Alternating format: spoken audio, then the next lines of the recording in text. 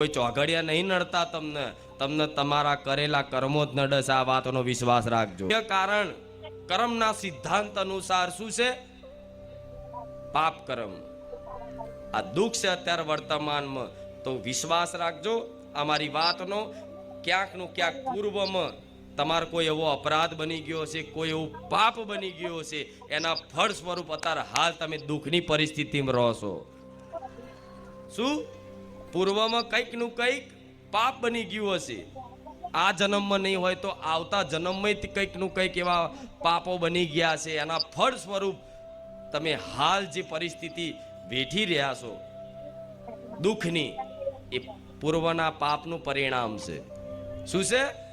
પૂર્વના પાપનું પરિણામ છે. અને હાલ કઈ બી તમે જીવનમાં નાનું મોટું સુખ અનુભવ કરતા હોય, એ પૂર્વના કંઈક ના કંઈક પુણ્યનું પરિણામ છે. શું છે? પુણ્યનું પરિણામ છે. તો આ પાપ પુણ્યના ખાતાના કર્મના સિદ્ધાંત અનુસાર આ જીવનમાં સુખ દુઃખ આવતા જ જતા રહે. શું? સુખ દુઃખ આવતા જ જતા રહે. તો તમે ક્યારે એવી ઈચ્છા ના કરતા કે હું કાયમ માટે બસ સુખી જ રહું. ના, જીવનમાં સુખ આવશે ને તો પાછળ દુઃખય વેઠજો. આવશે, દુઃખ આવશે જ. હું નહીં કહું સંપૂર્ણ રીતે તમે સુખી થઈ જશો, પણ આ રામ નામ કેમ પ્રદાન કર્યું છે, રામ નામ જપ કેમ કરાવું છું? એટલા માટે કરાવું છું કે પાપોનું કારણ શું છે? દુઃખ. પાપ કરવાનું કારણ શું? દુઃખ. તો એ દુઃખ દૂર કરવા માટે પાપોનો નાશ કરવો પડશે. કરવો પડશે ને? જે પાપ અત્યારે હાલ તમારા મન મસ્તિષ્કમાં છે, કે જે પાપ એટલા અસંખ્ય હોવાથી તમે ભગવાન માતાજીનું નામ લો, એની આરતી કરો, એની ઉપાસના કરો, એની પૂજા કરો, ત્યારે તમારું મન નહીં લાગતું હોય. દરેકનું મન નહીં લાગતું. મન પરાણે લગાવવું પડશે. મન કોઈનું લાગતું, મનને છૂટું રાખો ને તે પાપ બાજુ જ જાય, ક્યારેય તે સત્કર્મ બાજુ જાય. એટલે પરાણે મનને લગાવવું પડશે. કેમ કે મન લાગવાનું નહીં કારણ શું છે? પાપ પડ્યા છે. મન મલિન છે. શું છે? મન મલિન છે. જેમ અત્યારે કપડાં મેલા થાય છે, એ રીતે કપડામાં ડાઘ પડ્યા હોય, મેલા થઈ ગયા હોય, તો તમે એને ધોવા માટે સાબુ બાબુ લગાવીને ધોવો છો ને હરખી રીતે. સાબુ બાબુ લગાવીને ધોકેડા મારીને હરખું ચોખ્ખો કરો છે એને કપડાને, એ મેલ કાઢવા માટે. તો આ તમારા મનમાં જે મેલ પડ્યો છે ને હાલ, એ મેલ કાઢવા માટે હું રામધૂન કરાવું છું. કેમ કે પાપનો નાશ કરવા માટે આ સંસારમાં રામ નામ સિવાય બીજો કોઈ ઉપાય શું? પાપોનો નાશ કરવો પડશે દુઃખ દૂર કરવા હોય તો. આ જે ચિંતાઓથી ઘેરાયેલા છો, માનસિક પરેશાન થાવ છો, કાલની ભવિષ્યની ચિંતાઓ કરો છો, દીકરા દીકરીઓની ચિંતાઓ કરો છો, પોતાના શરીરની ચિંતાઓ કરો છો.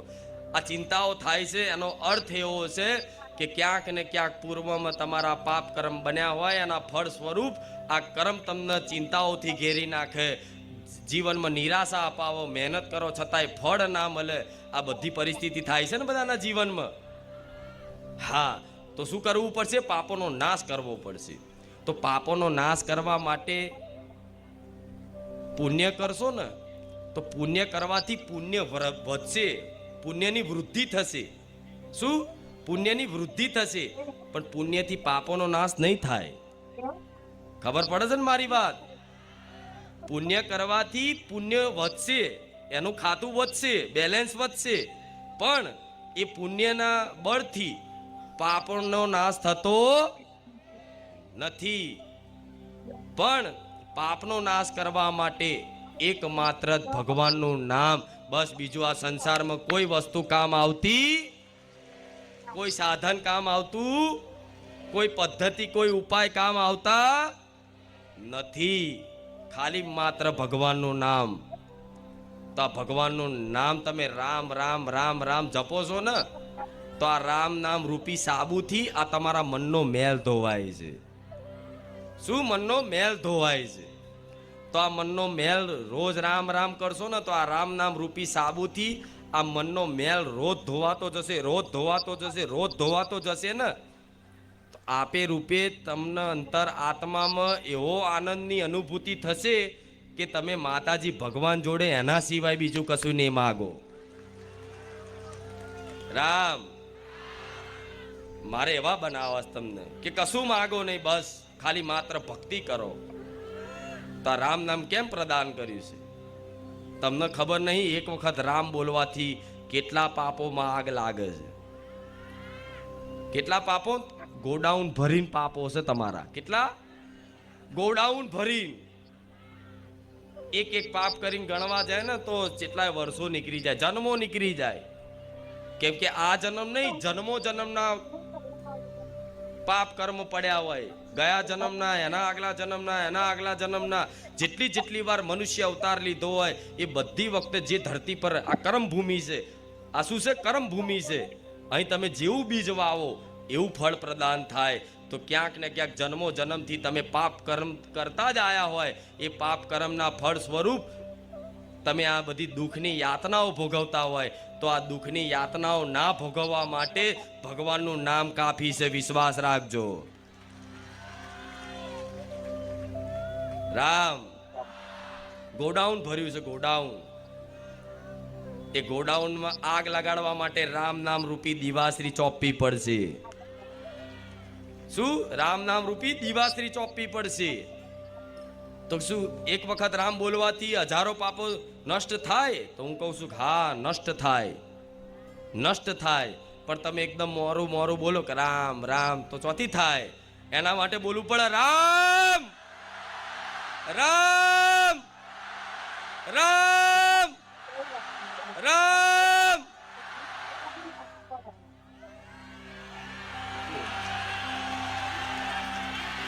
રામ આવી રીતના અભીથી બોલવું પડે. તો ભગવાનને લાગે કે મારા કોઈ ભક્ત મને યાદ કરે છે, મારું નામ લઈને મને યાદ કરે છે, પોકાર કરે છે. રામ ભલે તો આ જન્મો જન્મના આ ગોડાઉન ભરેલા છે ને, જે આ રામ નામ રૂપી પુસ્તકો બુકો આપી, રામ નામ લેખન કરાઈ અને એ બુક પાછી જમા કરાઈ, અને હું તમારા કલ્યાણ માટે હું માતા ગોડાઉન ભરું છું, તમારા ગોડાઉનમાંથી પાપ નષ્ટ કરવા માટે. વિચારો મારી રચના, મારી રચના વિચારો તમે. હું તમને રામ નામ બુક આપું છું, લેખન પુસ્તક આપું છું લખવા માટે, અને ભાવિક ભક્તો લખી લખી રામ રામ રામ રામ લખી લખી અને બારેજા ધામ પર જ જમા કરાવો. બારેજા ધામ બ્રાન્ચમાં જમા કરાવો છો ને, તે જમા કરાયેલી જે પુસ્તકો છે એનું હું શું કરું છું? હું ગોડાઉનમાં સાચવી રાખું છું. કેમ સાચવી રાખું છું? કે તમારું આ રામ નામ રૂપી આલેલું ધન, રામ નામ રૂપી આલેલું ધન હું માતા એવી જ સાચવીને રાખું છું જાણે મારો પ્રાણ હોય, મારા જીવ હોય. કેમ? ગોડાઉન કેમ મેં ભર્યા છે? ગોડાઉન ભરાયું છે આખું. ત્યાં રામ નામનું ગોડાઉન કેમ ભરાયું છે? કેમ મેં માતાએ ભરાયું છે? એટલા માટે ભરાયું છે કે તમારા જન્મો જન્મના પાપ કર્મોના ગોડાઉન નષ્ટ કરી અને હું લઈ લઉં છું. હું લઈ લઉં છું બધું. કે લાવો રામનું નામ લઈ અને શુદ્ધ તમારા પાપોનો નાશ કરી અને શુદ્ધ પવિત્ર થઈ અને એ રામ નામ મને પ્રદાન કરી દો. લાવો હું ગોડાઉન ભરીશ, પણ તમારા ગોડાઉનમાં એક પાપ નહીં રહેવા દઉં. રામ તો ભગવાનના નામના સહારે આ કાળા કળિયુગમાં જો જીવન જીવશો ને, હું એવું કહું છું બહુ આનંદ આવશે, બહુ અલૌકિક આનંદ આવશે. એની હજુ તમને કલ્પનાય નહીં, એની હજુ કલ્પનાય નહીં.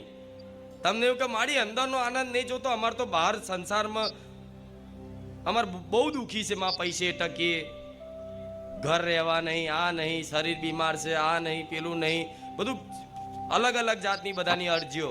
તો માતા કહીશ વિશ્વાસ રાખજો, આ રામ નામથી અંતર આત્માએ તે એકદમ શુદ્ધ થશે, અંદરે આનંદની અનુભૂતિ થશે અને બહારની પરિસ્થિતિ તમારી અનુકૂળ ના થઈ જાય. મને મેલડીને કહેજો કે અંદર અને બહાર બે પરિસ્થિતિ સુધરી જાય. જે રામ નામ રૂપી મણીને અહીં જીભે લાવી દે. તો તમે આમ રામ લખતા લખો તો એક વખત બોલવાનું કે રામ રામ. મોબાઈલમાં એપ્લિકેશનમાં એક વખત રામનું નામ જપ કરો ને તમે, તો એમાં ખાલી દબાઈ દબાઈ નહીં કરવાનું મન વગરનું. એ ફળ મળશે, પણ એ થોડી ધીરે રહીને મતલબ ફળ મળે. પણ તમે રામ દબાઈ અને રામ બોલી અને રામ જોઈ અને ત્રણેય વસ્તુ ભેગી કરો કે રામ, તો એનું ફળ વિશેષ મળશે. વિશ્વાસ રાખજો, કેમ કે ભગવાન કરતા ભગવાનનું નામ મોટું છે. શું કહેવાય છે? રામ સે બડા રામ કા નામ. આ ભગવાને બધી એમની લીલાઓમાં દર્શાવ્યું છે કે મારા કરતા મારું નામ મોટું છે. પણ કોણે ઇતિહાસ વાંચ્યા છે? કોણે પુરાણો ગ્રંથો વાંચ્યા છે? બસ બધા પોતપોતાની મસ્તીમાં છે. પણ છતાંય ભલે ગ્રંથો ના વાંચ્યા હોય, ઇતિહાસ ના જાણ્યો હોય, પણ થોડી ઘણી મારા ભાવિક ભક્તોને અંદર એક સમજ આવે, નામ પ્રત્યે વિશ્વાસ આવે ને, એવી નાની મોટી કંઈક ને કંઈક કથાઓ કહેતી રહીશ તો મારા ભક્તોની આસ્થા વધે નામ ઉપર. રામ કૃષ્ણ ભગવાનને પત્ની હતા, ખબર છે ને? એક રૂકમણી અને એક સત્યભામા. જાણો છો ને? કૃષ્ણની લીલા બધાને ખબર હશે, રામાયણે જોયું હશે. પણ એમાં રૂકમણી અને સત્યભામા બે પત્ની હતી ને. હા, એમ તો પત્ની તો 8 પત્નીઓ ગણાય છે, એમ તો ગણાય તો 16,000 પત્નીઓ ગણાય છે. પણ એ અલગ લીલા હશે ભગવાનની. પણ મુખ્ય કોણ? રૂકમણીજી અને સત્યભામાજી. આ બેઉ હતા ને, મતલબ ત્યારે કૃષ્ણ ભગવાનના તાજવે તોલવાના હતા, ખબર છે?